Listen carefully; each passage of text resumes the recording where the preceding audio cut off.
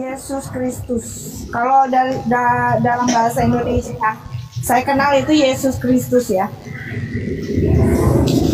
Baik, Yesus Kristus yang Anda kenal. Berarti data ini di Matius 27 nomor 16 tidak Anda yakini kebenarannya bahwa ini Yesus atau bukan? Itu tulisannya apa di situ? Di Matius 27 nomor 16. Pada waktu itu ada dalam penjara seorang yang terkenal kejahatannya. Oh, bukan, itu bukan. Iya, bukan. Bagaimana Anda bisa tahu bahwa ini bukan gitu? Bukan, karena kan Pilatus juga yang mendakwa dia suatu saat Yesus disalib tidak menemukan kesalahan apapun atas nama Yesus Kristus, tidak menemukan kesalahan apapun. Baik, jadi Anda mengatakan bahwa pengajaran Yesus semua baik. Lalu bagaimana dengan data yang menyatakan jangan kamu kira aku datang untuk membawa kedamaian, tetapi melainkan bawa pedang? Ya, apakah betul. itu bentuk kejahatan?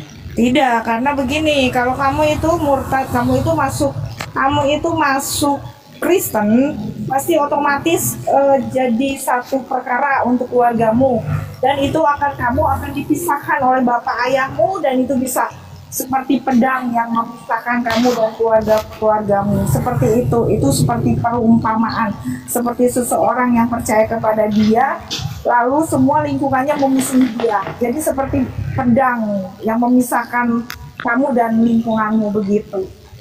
Lalu bagaimana data yang menyatakan dan bunuhlah semua baik yang bernyawa, ya? Itu kitab di mana? Ayat di mana itu? Kitab di mana? Itu perjanjian lama kalau. Iya, jangan lama benar. Ya, kalau kamu itu Yesus lahir itu adalah zaman kasih karunia, kasih. Kalau kasih tidak ada pembantaian, kalau kasih tidak ada pembunuhan. Yesus sendiri mengajarkan kepada semua umatnya, kasihilah musuhmu. Bagaimana kami membantai musuh kami kalau musuh kami? Oh, berarti Anda meyakini dengan kasihilah kasihilah sesamamu, kasihilah juga musuhmu, betul? Iya, semua harus dikasihi. Semua. Lalu bagaimana data yang menyatakan Matius 5:43, kamu telah mendengar firman, kasihilah sesama manusia dan bencilah musuhmu? Bacanya jangan satu ayat. Itu saya Anda tahu ayat. Satu perikop saya lagi, tahu kira-kira ayat itu iya. Harus dari atas. Itu harus dari atas. Kira-kira Anda baca dengan satu perikop, Anda bisa gugurkan data ini? Ya, kamu harus baca dari atas karena itu percakapan, itu sesuatu yang intinya bukan itu. Intinya bukan itu. Kata Yesus, jangan menambahi, mengurangi firman Tuhan. Anda baca satu perikop itu menambah ya, tidak? Wahyu 22 ayat 18, jangan kamu menambahi dan jangan kamu mengurangi. Jadi, nah, kalau Anda baca satu perikop itu penambahan atau pengurangan? Ya tidak, itu tidak ada pengurangan dan tidak ada penambahan karena satu perikop itu memang satu bahasan. Jadi sekarang begini, Alkitab itu saling berkaitan ya. Makanya di setiap kata Alkitab itu kadang suka ada bintang. Kalau kamu klik di bintang itu, kalau di HP itu akan berkaitan dengan kitab lain. Saling boleh jangan berasumsi liar terkait bintang-bintang. Tidak, saya tidak. Kamu bisa. Saya ahli terapi ini. Kamu bisa buka. Kan saya bilang saya yang punya Alkitab. Jadi kamu buka Alkitab via HP dan kamu mau baca apa, dan di situ kalau ada satu ayat ada bintang di pinggirnya, kamu klik ayat itu. Baik, tadi Anda memberikan saya narasi bahwa terjemahan lama, kemudian Anda dudukan dengan narasi bahwa kasih ya itu bersumber kepada TB. Bukankah Anda tahu bahwasanya Yesus ini sangat taat dengan hukum Torah? Gimana? Bukankah Anda tahu bahwa Yesus ini sangat taat dengan hukum Torah? Ya, dia penggenapan hukum Taurat. Bukan hanya di situ, dia menekankan bahwa lebih mudah langit dan bumi lenyap daripada setitik dari hukum Taurat batal. Pun menghilangkan hukum Taurat, betul, karena dia penggenapi. Lalu bagaimana dengan ucapan Paulusmu Efesus 2:15? Apa itu? Dengan matinya Yesus, hukum Torah batal. Ya, karena dengan matinya saat Yesus hidup itu dia penggenapan hukum Taurat.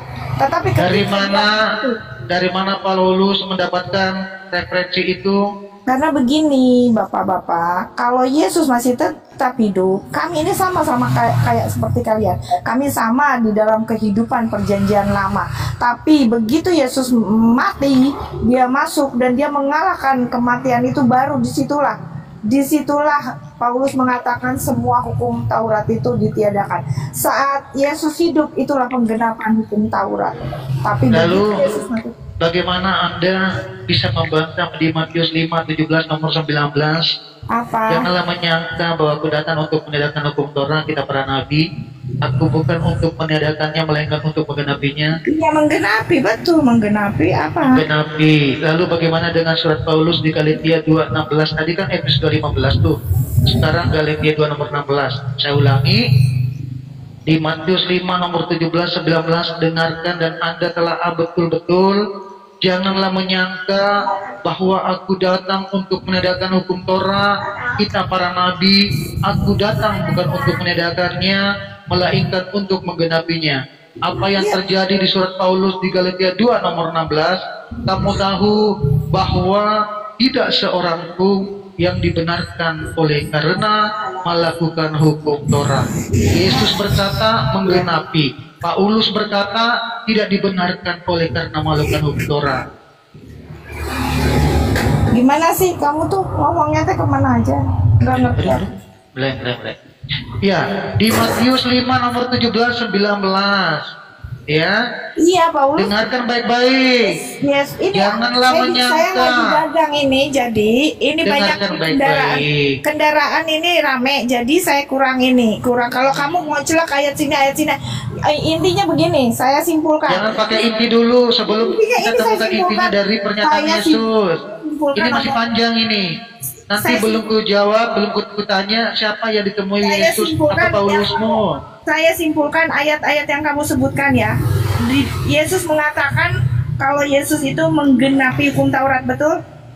Betul. Lalu bagaimana dengan Paulus? Paulus mengatakan Kamu tahu bahwa tidak seorang pun yang dibenarkan oleh karena melakukan hukum Taurat. Iya, Paulus mengatakan menghapus hukum Taurat, betul? Iya, Paulus mau menghapus hukum Taurat, sepakat. Pertanyaanmu apa? Pertanyaannya, dari mana Paulus kok berani kali ini merusak penyampaian Yesus di Matius 5 nomor 17-19, di Lukas 16 nomor 17.